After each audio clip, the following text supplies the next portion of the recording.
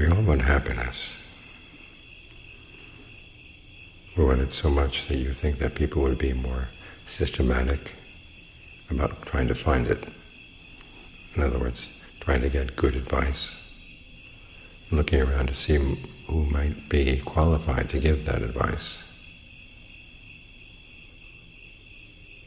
But for the most part, people just go by their feelings, random thoughts that come into the mind.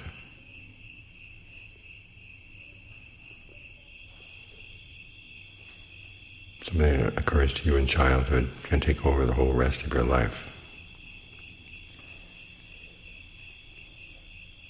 The Buddha's recommendation is that you find somebody who really knows. Those who really know, of course, are those who have attained awakening. And you go and you ask them, what, when I do it, will lead to my long-term welfare and happiness? The question in and of itself, as the Buddha said, is the beginning of discernment, and it shows some discernment in itself. You realize that happiness is going to have to come from your actions, that long-term is possible, and it's better than short-term. That requires that you step back a little bit from your immediate wants and desires. Step back from your hunger for instant gratification, because that hunger can cloud your vision. And Barbie will say, who cares about long-term? I want what I want right now. There's a question in yesterday's Zoom group from someone who said she knows what's for her long-term welfare and happiness, but when she sits down at night, all she wants to do is scroll through her iPad, and something inside her will realize, okay, this is not going to lead to long-term welfare and happiness. And there's another voice that comes up and says, so what? That's what you've got to watch out for. That's what you've got to train. This is one of the reasons why we practice meditation, is to give some immediate gratification. There has to be a sense of well-being that comes as you settle down. Breathe comfortably. Allow the comfortable breath to spread through the body. Or whatever topic of meditation that attracts you right now. It's one of the reasons why it's good to have a stable that practices our whole repertoire. Because something that the mind is happy to do tonight, it may not be happy to do it tomorrow morning. So you can say, okay, change the flavor, change the appearance of the food, but something that's related to the Dhamma. You've had a certain amount of satisfaction that way. Then you can start stepping back and saying, okay, how about long-term? This is where the wisdom comes in. Those awakened people that you ask will tell you to start with generosity, virtue, and meditation. In other words, look for happiness in ways that are harmless, because if you want your happiness to last, you don't want it to harm anybody, because they'll try to destroy it. Look for happiness in ways that you're sharing with other people, and they'll be happy to see you happy. They'll get the immediate benefit from your generosity and your virtue. The development of meditation will take a longer time, and it won't be so immediately obvious. And the meditation that the Buddha recommends right at the beginning is the development of the Brahma Viharas, developing thoughts of goodwill, compassion, empathetic joy, equanimity for all beings. Of those, the first three are basically expressions of goodwill. Goodwill itself is a general wish for happiness. Compassion is what goodwill feels when it sees people who actually are suffering. You want them to be able to escape from their suffering. Empathetic joy is what goodwill feels when it sees people already happy.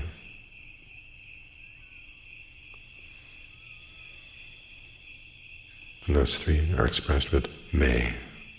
May all beings be happy. May they be released from suffering. May they not be deprived of the good fortune they have attained. Equanimity, though, is more a statement of fact. All beings are the owners of their actions. Whatever they do, for good or for evil, to that will they fall heir. Years back I was teaching in France, and the group had a chanting book which had passages in Pali and French translations. And they made the mistake of expressing equanimity as saying, may all beings be the owners of their actions. Which, when you think about it, sounds like a curse. Equanimity is more a statement of fact. It's the reality check. Because even though you wish for all beings to be happy, you have to realize you can't make them happy. They're going to have to act in ways that are skillful themselves. And that's something you can't force on anybody.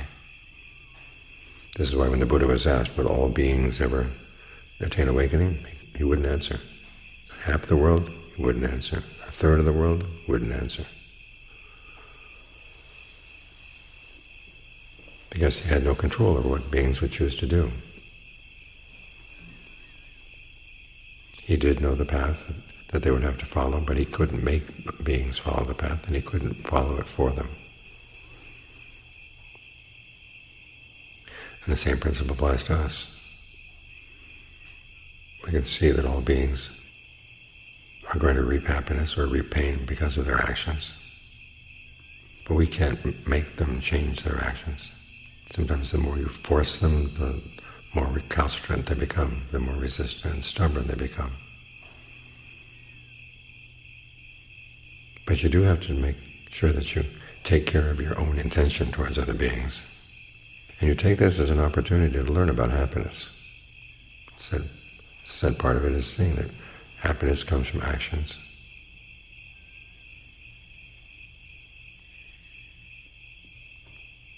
And as you look at what you're doing to see what actually causes true happiness, this is where the teachings the Buddha gave to Rahula come in.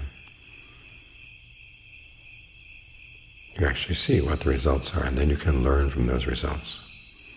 Again, you're taking your happiness seriously. And the Buddha says, look at what you're planning to do, and if you see that it's going to cause any affliction, you don't do it. If you don't foresee any affliction, you act on it. While you're acting on it, if you see any affliction coming up, you stop. If you see no affliction, you continue. And then when you're done, you look at the long-term results. And if you see that you did cause affliction, you go and talk it over with someone who knows more than you do about the path. And then you resolve not to repeat your mistake.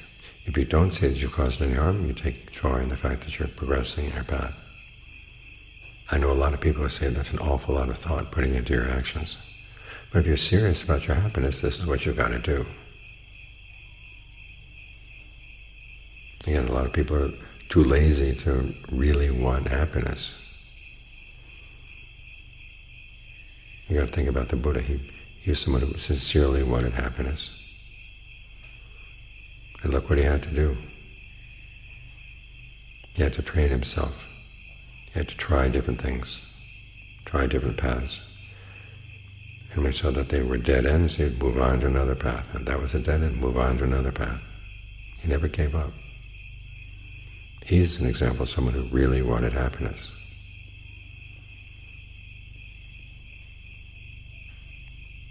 So you have to realize it's going to take work. Again, if it's long-term, you're willing to put in whatever energy, whatever sacrifices you need to make. It's one of the lessons you learn about happiness. You learn about the gradations of happiness. Happiness is good for a while, then changes. Happiness, it stays longer. And this reinforces the lessons you've learned about action and its relationship to happiness. You realize you have to be responsible. In other words, in your search for happiness, you have to realize that it will have some other consequences as well, affecting both you and other people. And we want to be really careful about what those consequences are.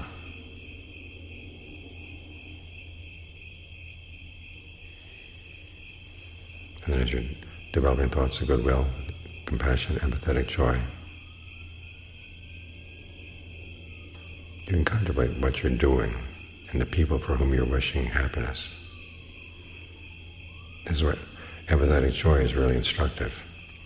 It's, of the various Brahma-viharas, often the hardest. You feel good about yourself for having goodwill, you feel good about yourself for having compassion. But then when you think about empathetic joy, you realize there's some people out there who've got much better good fortune than you, in worldly ways or in the ways of the Dharma. And all of a sudden you don't feel so large and compassionate anymore. Sometimes you feel reduced by their happiness.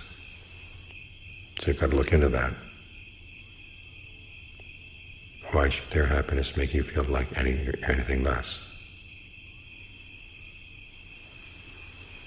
And you also look at the ways in which people make themselves happy. This is a really good lesson in seeing that there's some very foolish ways of being happy out there.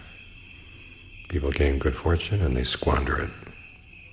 And in squandering it, they often harm other people. So this should confirm you in your desire that you want a happiness that doesn't harm anybody and it's going to last. In other words, you're looking for the deathless. As the Buddha said, that's the only secure happiness there is. Because when people gain other forms of happiness, they gain power, they have beauty, they have wealth. Often it goes to their heads. They abuse their power, they abuse their beauty, they abuse their wealth, they abuse the people around them. So this is what happens when you aim for happiness that's not the highest, for happiness that's unsafe. So even though the practice of generosity, virtue, and the Brahma-viharas may seem like just the very beginning steps, if you really focus on doing them well, you gain a lot of wisdom. It teaches you lessons about where you're going to look for happiness, what kind of happiness you're going to allow yourself to be satisfied with. Because that's the big problem. This is the problem the Buddha himself said he had to overcome by his desire to do whatever needed to be done, and not to satisfy himself even with skillful qualities. He had to be discontent with his skillfulness. As long as it hadn't reached the ultimate level, he wouldn't rest. He would appreciate what he had gained. As the Buddha often says, you have to enjoy the results of your good actions, but the enjoyment should make you complacent. It should be food for further progress. As Ajahn Fuang would say, you have to reinvest your goodness. Good things that come from your good actions, where you use the strength you gain, the well-being you gain, to practice higher and higher.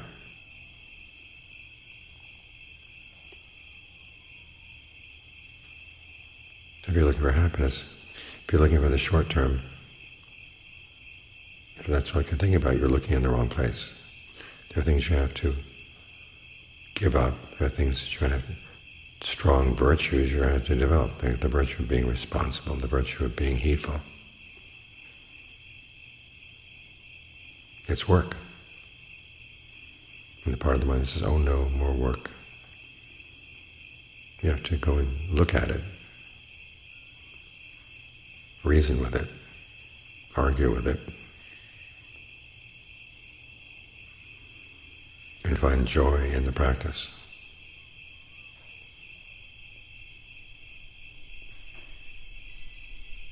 In other words, you don't tell yourself you have to wait till the very end for the happiness to come. There are ways of finding happiness all along the way, but you have to monitor them, adjust them, so you don't get satisfied there.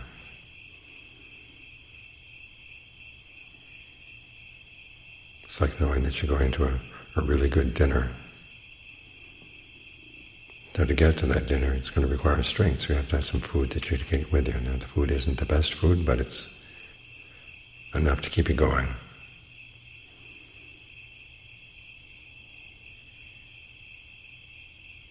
That's the encouragement you give to yourself. Think of the Buddha's style of teaching. He said he would urge, rouse, encourage, and instruct. One part information, 3 parts encouragement. So learn how to give yourself pep talks.